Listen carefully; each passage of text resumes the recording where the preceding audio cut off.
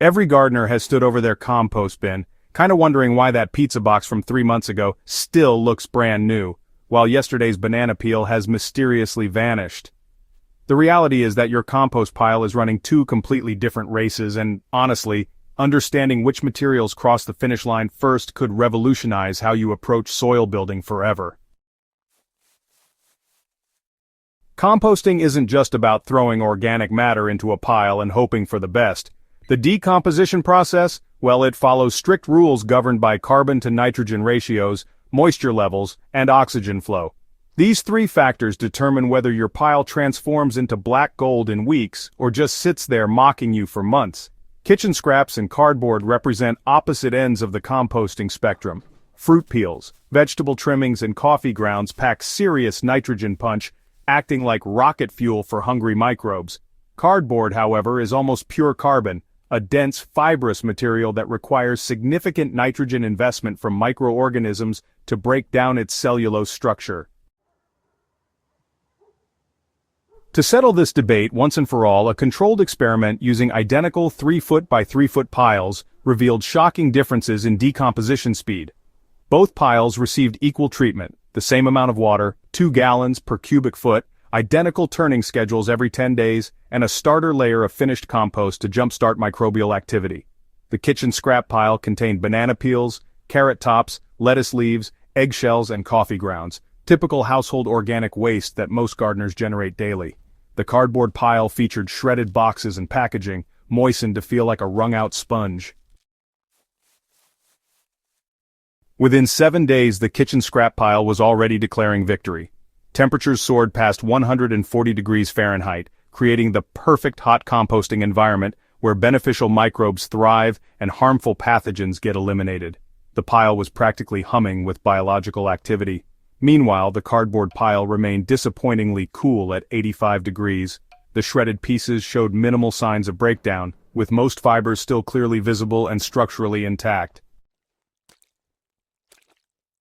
By the third week, the difference became undeniable. The kitchen scrap pile had shrunk by half, transforming into an unrecognizable mass of decomposing organic matter, with that distinctive earthy smell of healthy compost. Individual pieces of fruit and vegetable matter were no longer identifiable. The cardboard pile, however, stubbornly maintained its original appearance.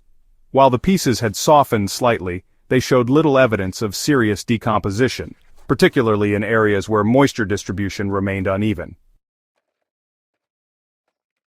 At the 6-week mark, the kitchen scrap pile had essentially completed its transformation into dark, crumbly compost, ready for immediate garden use. The material had the texture and appearance of premium soil amendment, perfect for feeding hungry plants. The cardboard pile was only halfway through its journey. Fibers were finally starting to break apart when handled, but the material clearly needed more time to reach usability. Moisture management continued to present challenges as cardboard's uneven water absorption created pockets of both overly wet and stubbornly dry material. After 12 weeks, the kitchen scrap compost had long since been incorporated into garden beds, delivering nutrients to growing crops. The cardboard pile finally matured into acceptable compost, but the timeline difference was stark. Kitchen scraps had won the speed race by a commanding margin.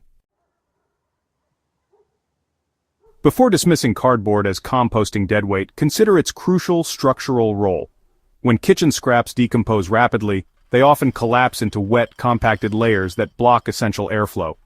This creates anaerobic conditions leading to slow decomposition and, honestly, some pretty unpleasant odors. Cardboard acts as a structural framework, creating air pockets that maintain oxygen circulation throughout the pile. This prevents the slimy, smelly conditions that plague scrap-only compost systems. While cardboard may be slow, it's really the unsung hero keeping your pile healthy. The secret to composting success lies in combining both materials strategically. The optimal ratio that balances speed with structure involves mixing 2 buckets of kitchen scraps with 1 bucket of shredded cardboard. Add a handful of finished compost as a microbial starter and, about half a gallon of water per layer. Continue stacking these balanced layers until your pile reaches 3 feet in height, then maintain a turning schedule of every 7 to 10 days. This approach allows the cardboard to keep pace with faster decomposing scraps rather than dragging behind, while preventing the collapse and anaerobic conditions that plague single material systems. The type of compost you create affects your soil in distinct ways. Scrap-heavy compost delivers an immediate nitrogen boost, which is just perfect for promoting lush, leafy growth. Cardboard-heavy compost contributes long-lasting carbon that builds soil structure and improves water retention capacity. When combined properly, these materials create nutrient-rich humus that both feeds current crops and strengthens soil health over time. This dual benefit makes the extra effort of balancing materials really worthwhile for serious gardeners. Kitchen scraps decisively win the speed competition, breaking down in weeks rather than months. However, the real victory comes from using both materials strategically rather than choosing sides. The combination approach produces faster decomposition than cardboard alone, while avoiding the structural problems of scraps-only systems. Don't let your compost pile take months longer than necessary. By understanding how different materials behave and combining them intelligently, you'll create efficient compost systems that consistently produce the black gold your garden craves. Ready to revolutionize your composting game?